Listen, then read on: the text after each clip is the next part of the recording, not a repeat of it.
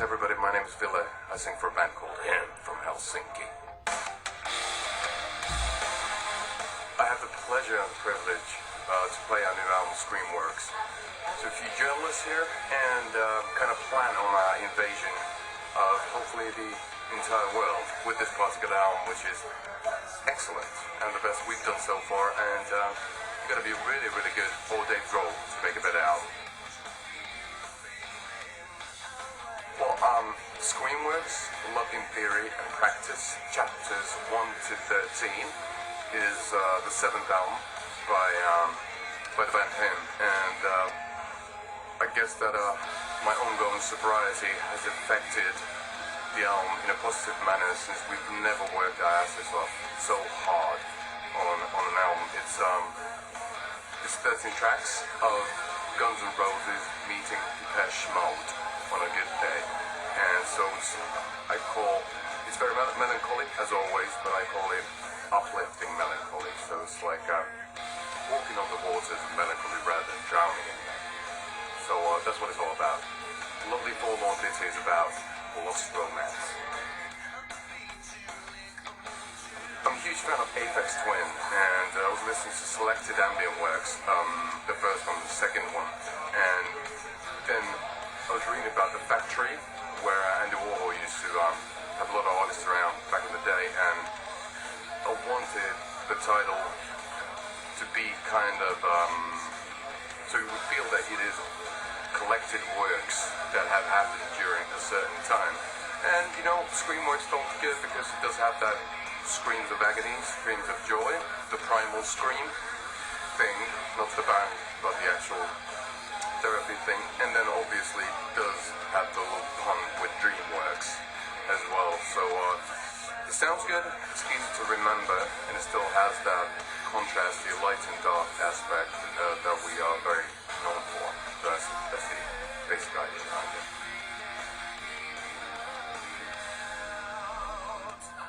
Whenever we're working on now, we don't necessarily know exactly how it's going to turn out, so we're working on a lot of songs, some of which were scrapped, and by getting a few songs together, you all of a sudden start to see the whole picture a bit more, and then that's the perfect time to start working on the title. And we had about 6-7 different titles for the album, but then again, at the end of the day, Screamworks just felt the best because it's so short and simple and memorable. That was the main point. There's so many albums coming out, great albums by so many rock, pop, and whatever bands that gotta be memorable, and hopefully you succeed. Recording this one, recording in itself is fun. We had the great opportunity of working with the producer Matt Squire, and who did the previously used album and a bit more popular stuff as well. But he's born in '76, same year as me, so we had exactly the same reference points, and like Depeche Mode and Guns N' Roses and Rat and Poison and all the hair metal stuff. So we had a blast talking about having association games with sounds and stuff like that. So the actual recording process was really, really easy going. But we did spend about 9 months on the tracks, figuring different alternatives to arrangements and all that, and that takes a lot of time, and that takes a lot of effort, and it's a lot of sleepless nights. But that's the way we are, that's what musicians do, so I can't complain. Don't like sleeping that much, it seems.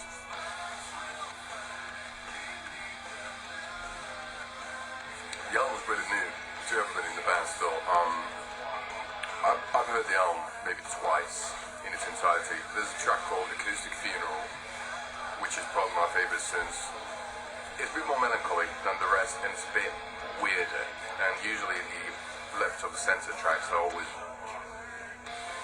somehow more endearing to a band who's recorded tens and tens of tracks in their past. But then again, there's a couple of rockers that are really direct, and let's say even tap poppy, like Heartkiller, Disarm Me With Your Loneliness, Scared to Death, and those tracks are in essence very important for me because they feel really cathartic. We weren't afraid to be melodic and pompous and even pretentious occasionally. So It's got those 80s super cheesy aha keyboards meeting with Iggy Pop and Stooges, and you know, it's just cool to be able to be in a band where we can combine all those elements and you know, and be proud of it. Well, the plan is to get the album out on the Valentine's Day week, which would be, I think the US release would be on the 9th, the UK release on the 8th of February, Germany maybe on the 12th. We're still negotiating and speculating what's the best date for each and every country and what they prefer, which would mean that straight after that we start touring. The first gigs where we're gonna play the new songs are gonna happen this New Year's. We're playing 4 gigs in Helsinki, the four last days of 2009, and then the proper tour is gonna start from Australia late February, and it's never gonna end. So it never does. So we'll see what happens, but we're trying to cover all our bases. Gonna be able to go to Eastern Europe, to go to Baltic countries, US, Japan, Australia, the UK, everything. It's a big world that takes a lot of time to tour it all, but we're proud of the album, and hopefully, you know, it's obviously depending on how people react to it. If they hate it, in somewhere, you know, then it might be that we're ready to stay back home and eat crisps.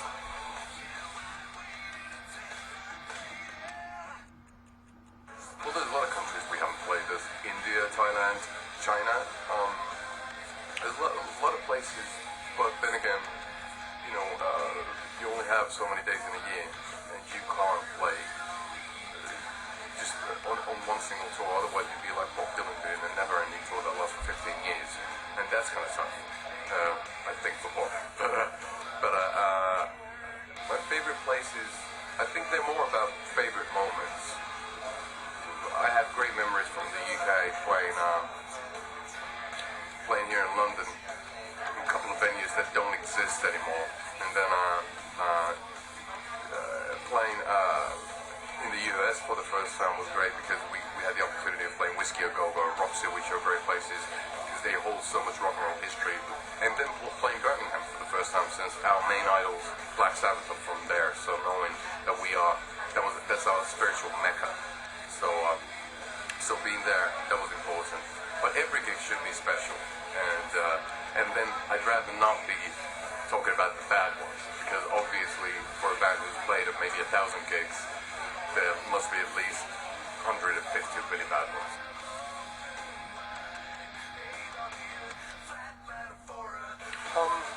When I'm not working on music, I usually am still working on music, at least on a subconscious level. Watching movies, taking a piss, and the occasional poop and sleeping. So that's basically what I'm doing when I'm not working. I tend to be, you know, my alcoholism turned into workaholism, and I'm fine with that. So music is my life, and it's very important to spend all the energy you have on it, because it's a dog-eat-dog world, you know. It's a tough place, and there's so many bands trying to make it, and we've had the opportunity of succeeding pretty well so far. I don't want the carpet being pulled underneath us. So we need to put all the waking hours into making the best album we can.